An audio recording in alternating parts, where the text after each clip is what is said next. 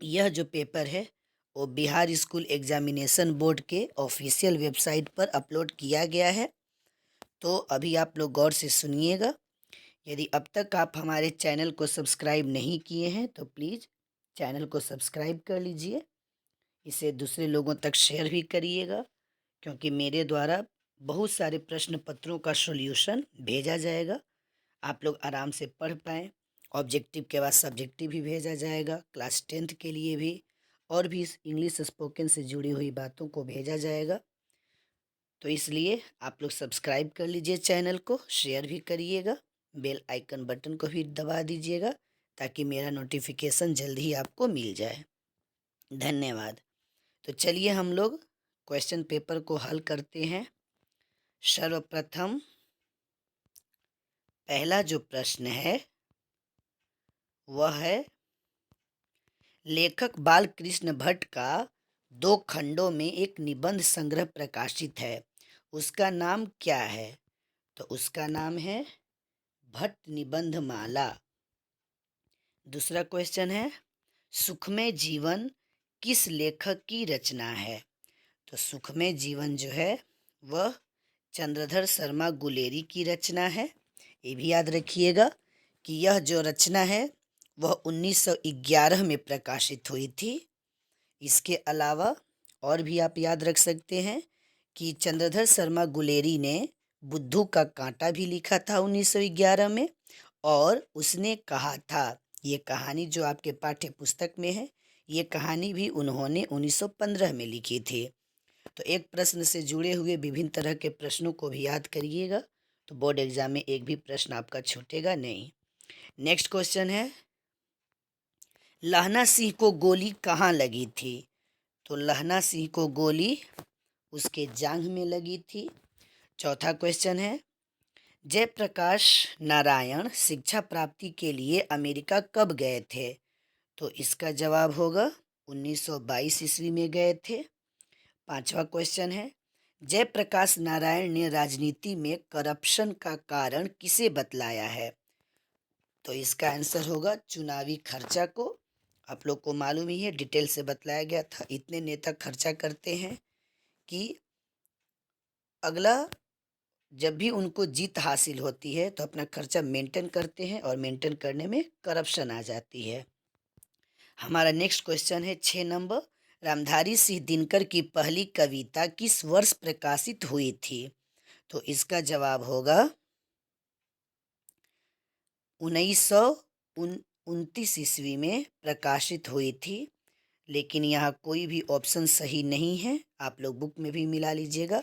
चारों के चारों ऑप्शन गलत हैं। इसका सही उत्तर होगा 1929 ईस्वी में प्रकाशित हुई थी। इस बात को ध्यान दीजिएगा। कविता का नाम है प्रणभंग, जो लेखक 21 वर्ष के हो गए थे रामधारी सिंह दिनकर, तब प्रकाशित हुई थी। तो सही उत्तर होगा 1929।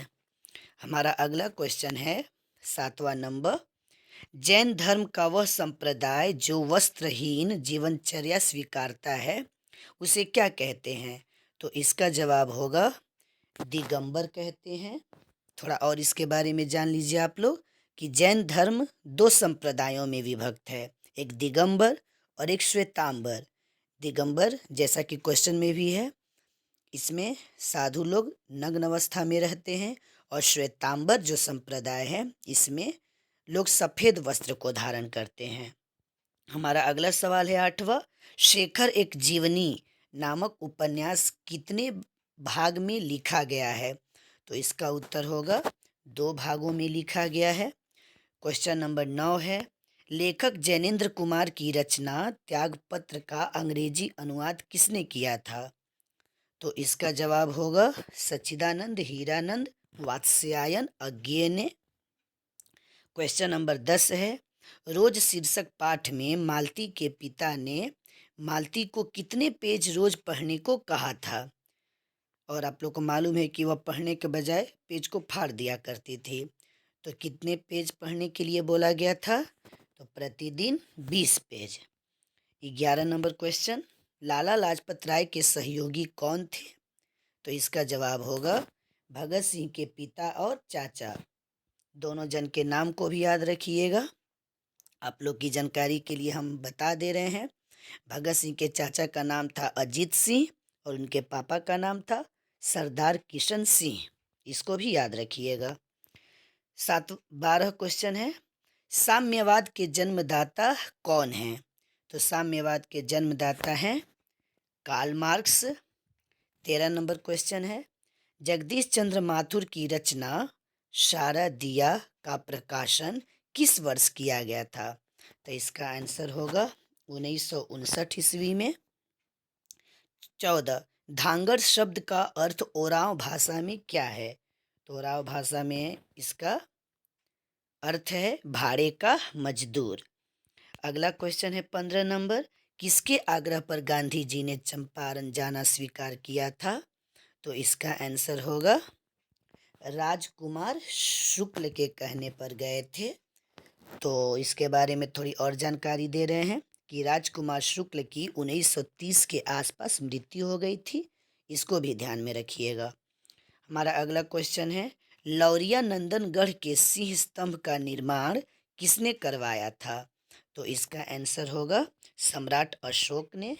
17 नंबर। लेखक मोहन राकेश के पिताजी का नाम क्या था? तो इसका जवाब होगा करमचंद गुगलानी। थोड़ा और इसमें क्वेश्चन पूछ सकता है कि करमचंद गुगलानी पेशे से क्या थे? तो इसका जवाब होगा वकील थे। इसको भी याद रखिएगा। 18 नंबर क्वेश्चन है। लेखक मोहन राकेश किस युग के प्रमुख कथाकार एवं नाटककार थे? तो इसका जवाब होगा 20वीं सदी के उत्तरवर्ती युग के। 19 नंबर क्वेश्चन है। सिपाही की माँ शीर्षक पाठ में धन्नो कितने वर्ष की है? तो इसका जवाब होगा 13 वर्ष की है। Question number 20। 1959 से 1960 में नामवर सिंह किस विश्वविद्यालय में असिस्टेंट प्रोफेसर रहे थे? तो इसका जवाब होगा सागर विश्वविद्यालय में। 21 नंबर क्वेश्चन जो बेहद ही इम्पोर्टेंट है। मित कथन में अति कथन से अधिक शक्ति होती है, यह पंक्ति किस शीर्षक पाठ की है? तो इसका जवाब होगा प्रगीत और समाज से। 22 नंबर। लेखक ओम प्रकाश वाल्मीकि को जयश्री सम्मान से कब सम्मानित किया गया था? तो 1966 ईस्वी में 1996 ईस्वी में सम्मानित किया गया था। 1996 होगा इसका आंसर। फिर अगला सवाल है। हंसते हुए मेरा अकेलापन शीर्षक पाठ के अनुसार सुरक्षा कहाँ है? तो सुरक्षा कहाँ है? सूरज की रोशनी में। आइए अगला सवाल हम लोग देखते हैं 24 नंबर। अनेक धारावाहिकों और टीवी फिल्मों के स्क्रिप्ट निम्न में से किसने लिखा है? तो इसका आंसर होगा उदय प्रकाश ने लिखा है। क्वेश्चन नंबर 25 देखते हैं हम लोग। तिरिच शीर्षक पाठ में SHO का वैवाहिक जीवन कितने साल का था? तो इसका आंसर होगा 13 साल का था। इसके बारे में थोड़ा और आपको जानकारी दे देते हैं कि जब लेखक के पिताजी बहुत ही बुरी अवस्था में उसके टेबल तक पहुँचे तो वह यही सोचा कि 13 साल के वैवाहिक जीवन के बावजूद भी पत्नी यह नहीं समझ पाई कि उन्हें कौन सी चीज़ अच्छी लगती है, क्योंकि उसकी पत्नी जो थी वो पराठे के साथ उसे करेला भेज दी थी खाने को और वो करेला खाना पसंद नहीं करता था। इसलिए उसका मूड खराब था और उसी खराब मूड में लेखक के पिताजी वहाँ पर पहुँच गए, इसलिए स्थिति और खराब हो गई। अगला क्वेश्चन है। निम्न में से कौन पारंपरिक शिक्षा प्रणाली से असंतुष्ट थे? तो इसका जवाब होगा जे कृष्णमूर्ति। 27 आ दीर्घ ई दीर्घ उ क्या है? तो इसका आंसर होगा ये तीनों दीर्घ स्वर हैं। 28 मुक्ताक्षर की अंतिम ध्वनि क्या होती है? तो इसका जवाब होगा मुक्ताक्षर की अंतिम ध्वनि स्वर होती है, जो कि दिखाई नहीं देती है, छुपी रहती है। 29 नंबर, आविष्कार का संधि विच्छेद क्या होगा? तो आविष्कार आप लोग को संधि विच्छेद में पढ़ाए हैं। इसका संधि विच्छेद होगा आविः जोड़ कार।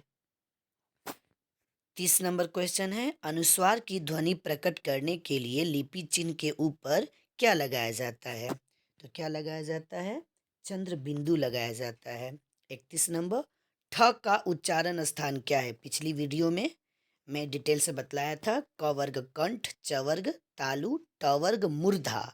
तो ट के बाद ठ आता है, इसीलिए इसका सही जवाब होगा मूर्धा। नेक्स्ट क्वेश्चन है 32, निम्न में से शुद्ध शब्द कौन है?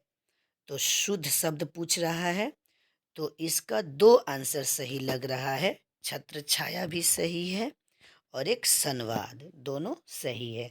बाकी जगन्नाथ और श्रीमान गलत है। श्रीमान में हलंत होना चाहिए था, नहीं है, और वो जगतनाथ होता है। अगला क्वेश्चन नंबर 33, द्वंद्व समास में पदों के बीच कौन सा चिन्ह लगता है? तो इसका जवाब होगा, कौन सा चिन्ह लगता है? योजक चिन्ह लगता है। क्वेश्चन नंबर 34, कावेरी नदी कौन सी संज्ञा है? तो कौन सी संज्ञा है? व्यक्तिवाचक संज्ञा है, क्योंकि खास नदी का बोध करा रहा है। वही केवल नदी रहता तो जातिवाचक हो जाता। 35, निर्माण शब्द कौन सा लिंग है? तो निर्माण शब्द कौन सा लिंग है? पुल्लिंग है, भवन का निर्माण। 36, भीख शब्द क्या है? तो भिक्षा होता है संस्कृत शब्द, भिक्षा रहता तो तत्सम होता, और तत्सम के बिगड़े हुए रूप को क्या कहते हैं? तद्भव। तो भिक्षा से क्या बना है? भीख, तो इसीलिए भीख क्या हो जाएगा? तद्भव। इसको याद कर लीजिएगा। अगला 37 क्वेश्चन, नाला शब्द का स्त्रीलिंग रूप क्या होगा? नाली। में किस कारक का विभक्ति चिन्ह है? तो किस कारक का है? अधिकरण। में और पर दोनों होता है। अगला है 39 क्वेश्चन, वाक्य में क्रिया का फल जिस पर पड़ता है उसे क्या कहते हैं? कर्म कहते हैं, याद रखिएगा इसको। क्वेश्चन नंबर 40, छत से उतरी हुई लता किस कारक का उदाहरण है? तो किस कारक का उदाहरण है?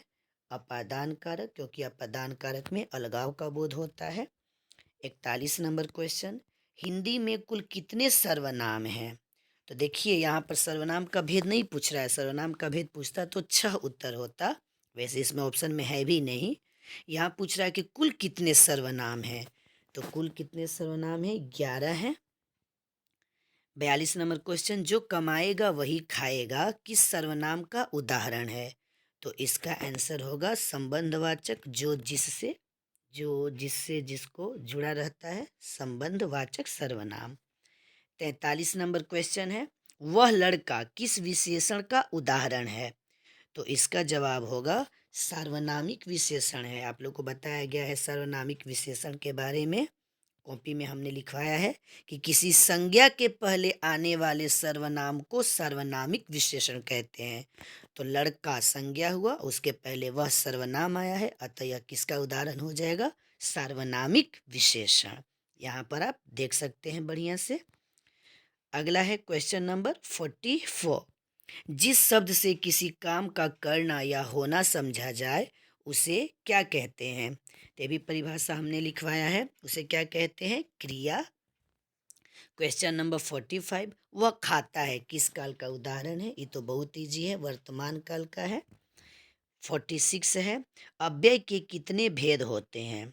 तो अव्यय के कितने भेद होते हैं? 4 भेद होते हैं। चारों का नाम भी आप लोग याद रखिएगा, आपकी सुविधा के लिए मैं बतला दे रहा हूँ। वे चारों भेद हैं, पहला क्रिया विशेषण, दूसरा संबंध बोधक, तीसरा समुच्चय बोधक और चौथा विस्मयादि बोधक। अगला सवाल है 47, रचना अथवा बनावट के अनुसार शब्द के कितने भेद होते हैं? तो इसका जवाब होगा 3 भेद होते हैं। 3 भेद कौन कौन से होते हैं वो भी ध्यान दीजिएगा, हम आप लोग को बतला दे रहे हैं वे तीनों भेदों के बारे में। सुनिएगा कौन कौन से भेद हैं। पहला है रूढ़, दूसरा है यौगिक और तीसरा है योग रूढ़। उसके बाद क्वेश्चन नंबर 48, शब्दांश कितने प्रकार के होते हैं?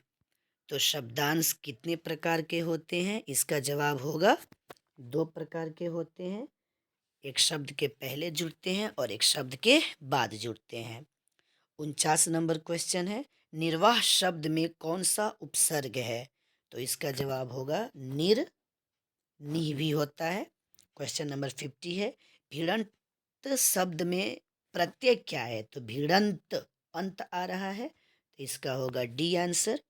51 क्वेश्चन, आनंद शब्द का विशेषण क्या है? तो आनंद शब्द का विशेषण है आनंदित, याद रखिएगा। 51 का ए आंसर होगा।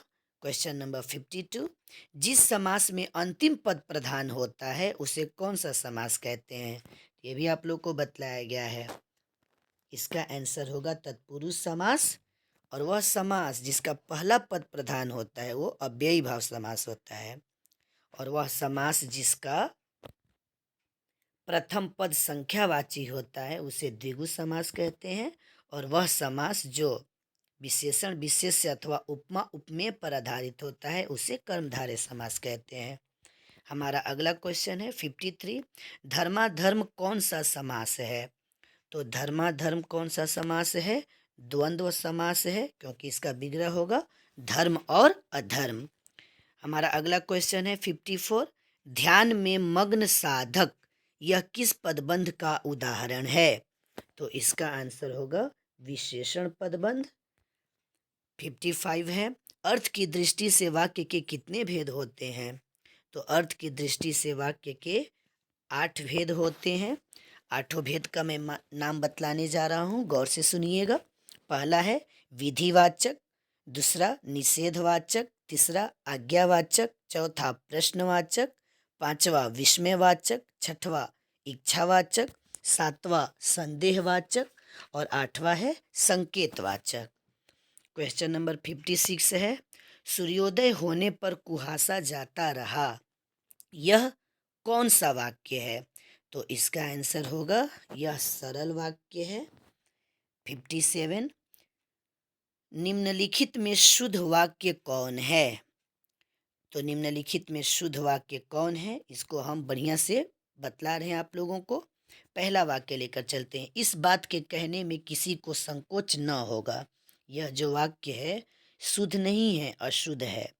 उसका सही वाक्य होगा, यह बात कहने में किसी को संकोच न होगा, ऐसे होना चाहिए था। दूसरा है, उसने निवेदिता शीर्षक कविता लिखी गई थी, तो ये तो ऐसे ही अशुद्ध लग रहा है। इसका सही होगा, उसने निवेदिता शीर्षक कविता लिखी थी, लिखी गई थी गलत है, लिखी थी होना चाहिए। सी है, साहित्य और जीवन का अभिन्न संबंध है, ये सही उत्तर है। और डी देख लें हम लोग कि किस प्रकार गलत है। वकीलों ने कागजात का निरीक्षण किया, तो ये गलत है, क्योंकि इसका सही होगा वकीलों ने कागजों की जांच की, निरीक्षण नहीं लिखा जाता है। अगला सवाल है, कुबेर शब्द का पर्यायवाची क्या होगा? तो कुबेर शब्द का पर्यायवाची होगा धनद, धन प्रदान करने वाले। 59 है, आत्मा शब्द का विलोम क्या है? तो आत्मा शब्द का विलोम है परमात्मा। 60 क्वेश्चन है, जिसके पाणी में चक्र हो, तो इसको हम लोग चक्र पाणी कहते हैं, विष्णु जी के लिए प्रयुक्त होता है। अगला क्वेश्चन है, जान पर खेलना, 61 है, जान पर खेलना मुहावरे का क्या अर्थ है? तो जान पर खेलना मुहावरे का अर्थ हुआ साहसिक कार्य करना। 62 क्वेश्चन है, योग न होने पर भी जो साथ रहे उसे क्या कहते हैं? तो उसे क्या कहते हैं? अयोगवाह। 63 है, कवर्ग, चवर्ग, टवर्ग, तवर्ग, पवर्ग, हर एक वर्ग में 5 वर्ण होते हैं, तो 5 पच्चे 25। ये कौन से व्यंजन है? तो ये कौन से व्यंजन है? स्पर्श व्यंजन है, आप लोग को लिखवाया गया है, देख लीजिएगा।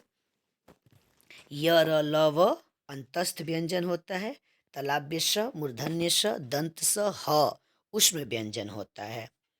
चलिए अगला क्वेश्चन है, उच्चारण का संधि विच्छेद क्या है? 64 नंबर सवाल है।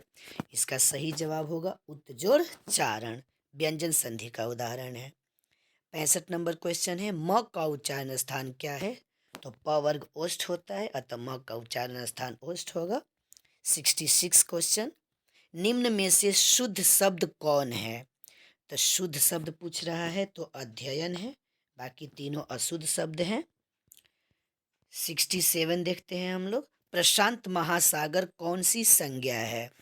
तो कौन सी संज्ञा है? व्यक्तिवाचक, क्योंकि खास महासागर का नाम रखा है, केवल महासागर रहता तो जातिवाचक हो जाता।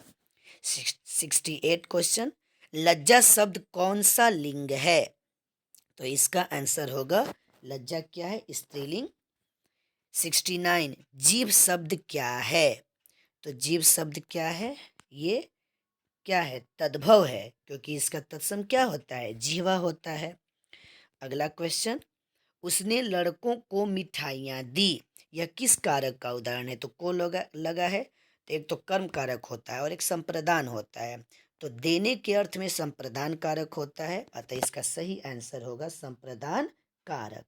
कर्म रहता तो कर्म कारक होता जब किसी व्यक्ति को कर्म के रूप में सूचित करना रहता तब, लेकिन यहाँ बच्चे को मिठाइयाँ दी जा रही है, देने के अर्थ में संप्रदान ही होता है। 71 नंबर, उपनिवेश शब्द का विशेषण क्या है? इसका होगा औपनिवेशिक। 72, प्रतिपूर्ति से पाठ से लिया गया है, ध्यान दीजिएगा। पिछली वीडियो में भी मैंने बतलाया था कि प्रतिपूर्ति के तीनों चैप्टर्स को आप लोग पढ़ लीजिएगा, ऑब्जेक्टिव 3 क्वेश्चन रहता है उससे। 72 नंबर सवाल है, रस्सी का टुकड़ा शीर्षक पाठ में बटुआ लौटाने वाले को कितने इनाम की घोषणा की गई थी? तो इसका जवाब होगा 20 फ्रैंक। अगला हम लोग देखते हैं 73 नंबर, क्लर्क की मौत शीर्षक पाठ में क्लर्क का नाम क्या है? ये क्वेश्चन बार बार रिपीट कर रहा है, इसको याद कर लीजिएगा। क्लर्क का नाम है इवान दमित्रिच चेरेवेको। 74 नंबर है, पेशगी शीर्षक पाठ में छोटी बच्ची का नाम क्या था? तो क्या नाम था? फ्रैंकवा। आप लोग देख लिए, 3 क्वेश्चन है प्रतिपूर्ति से, बोर्ड एग्जाम में भी रहेंगे आपके, इसको तैयारी कर लीजिएगा, तीनों पार्ट पढ़ लीजिएगा। अगला है, मलिक मोहम्मद जैसी के गुरु कौन थे? तो उनके गुरु कौन थे? सूफी संत मोहिदी। 76, मलिक मोहम्मद जैसी कैसे कवि हैं? तो कैसे कवि हैं? प्रेम की पीर कवि। सूरदास के दीक्षा गुरु कौन थे? तो सूरदास के दीक्षा गुरु थे महाप्रभु वल्लभाचार्य। 78, कन्या का अर्थ क्या होता है? तो कन्या का अर्थ क्या होता है? गोद होता है, जिस गोद में बैठकर कृष्ण भोजन करते हैं, वहीं से लिया हुआ है कन्या। 79, सूरदास रचित पद मुख्यतः किस भाव के हैं? तो इसका आंसर होगा वात्सल्य भाव के हैं। क्वेश्चन नंबर 80, पिता नंद की गोद में बैठकर बालक कृष्ण के भोजन करने का वर्णन सूर ने किस पद में वर्णित किया है? तो ये आप लोग ध्यान दीजिएगा, किस पद में? द्वितीय पद में किया है, क्योंकि प्रथम पद में तो कृष्ण को प्रेम पूर्वक नींद से जगाने की बात हो रही है, और द्वितीय पद में कृष्ण अपने पिता नंद की गोद में बैठकर खाना खाते हैं, कुछ धरती पर गिराते हैं, जिसकी छवि बहुत ही अच्छी लगती है। चलिए 81, क्वेश्चन नंबर 81, तुलसीदास का मुंह बोला नाम क्या था? तो मुंह बोला नाम क्या था उनका? राम बोला। 82 नंबर क्वेश्चन, तुलसीदास के दीक्षा गुरु का नाम क्या था? नरहरिदास उनके दीक्षा गुरु थे। ये भी सवाल आ सकता है नरहरिदास के बारे में कि वे कहाँ के वासी थे? तो वे सुकर खेत के वासी थे, उसको भी याद कर लीजिएगा। क्वेश्चन नंबर 83, रामलला नहछु किस कवि की रचना है? तो इसका आंसर होगा तुलसीदास। क्वेश्चन नंबर 84, नाभादास रचित भक्तमाल के 316 छपयों में कितने भक्तों के चरित्र वर्णित हैं? तो इसका आंसर होगा 200। क्वेश्चन नंबर 85, 6 पंक्तियों के गेय पद को क्या कहते हैं? छप्पे कहते हैं। अगला हमारा सवाल है, कवि भूषण का जन्म किस वर्ष हुआ था? कवि भूषण का जन्म किस वर्ष हुआ था? इसका जवाब होगा 1613 ईस्वी में हुआ था। 87 क्वेश्चन, शिवराज भूषण में कितने अलंकारों का निरूपण है? तो शिवराज भूषण में कितने अलंकारों का निरूपण है? तो इसका जवाब होगा 105 अलंकारों का निरूपण है। अगला सवाल है, करवाल का अर्थ क्या होता है? तो करवाल का अर्थ होता है तलवार। 89 क्वेश्चन है, जयशंकर प्रसाद रचित एक घूंट नामक नाटक का रचना काल क्या है? तो इसका जवाब होगा, रचना काल यानी ईस्वी पूछ रहा है, 1928। 90 नंबर क्वेश्चन है, कामायनी महाकाव्य की नायिका का नाम क्या है? कौन थी? श्रद्धा थी। 91 क्वेश्चन है, कवयित्री सुभद्रा कुमारी चौहान के क्रॉस्थवेल्ट गर्ल्स स्कूल में कौन प्रसिद्ध कवयित्री ने प्रारंभिक शिक्षा प्राप्त की? तो इसका जवाब होगा महादेवी वर्मा, वही शिक्षा प्राप्त की थी। अगला है 92, फिर भी कोई कुछ न कर सका, छिन ही गया खिलौना मेरा, मैं असहाय विवश बैठी ही रही, उठ गया छौना मेरा। यह पंक्ति किस कविता की है? तो किस कविता से ये है? पुत्र वियोग। चलिए अगला क्वेश्चन है 93, नया खून नामक पत्र का संपादन गजानन माधव मुक्ति बोध ने कहाँ से किया था? तो इसका जवाब होगा नागपुर से किया था। 94 क्वेश्चन है, निम्न में से किस कवि ने प्रायः लंबी कविताएं ही लिखी हैं? तो इसका जवाब होगा गजानन माधव मुक्ति बोध। आपकी किताब में है जन जन का चेहरा एक, देखिएगा, लंबी कविता है। क्वेश्चन नंबर 95, आत्महत्या के विरुद्ध शीर्षक कविता किसकी रचना है? तो यह जो कविता है वह रघुवीर सहाय की रचना है, इसे याद कर लीजिएगा।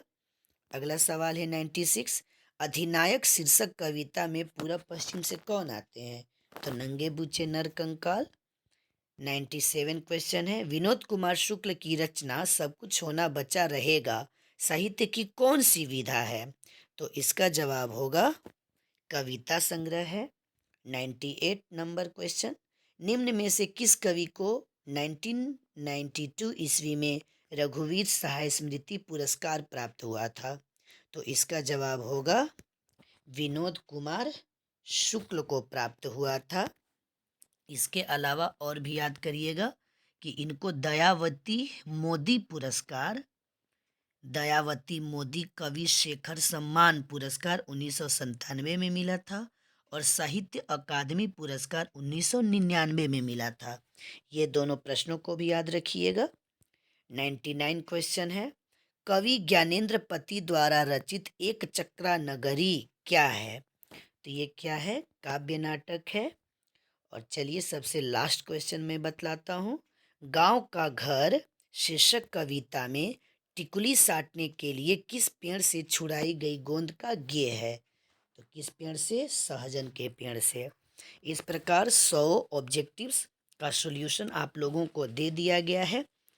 अब आर्ट्स वाला पेपर का भी सॉल्यूशन हो गया, साइंस कॉमर्स वाला भी हो गया। अब दोनों पेपर के विषय निष्ठ यानी सब्जेक्टिव प्रश्नों को भी आप लोगों के लिए सॉल्व करके दिया जाएगा। आप लोग बने रहिए हमारे यूट्यूब चैनल के साथ, ग्लोरियस इंस्टीट्यूट शाहपुर। खुद सब्सक्राइब करिए, दूसरों से भी करवाइए सब्सक्राइब, ताकि सब लोग पढ़ें, सब लोग आगे बढ़ें। थैंक्स फॉर वॉचिंग, बने रहिए मेरे साथ। धन्यवाद।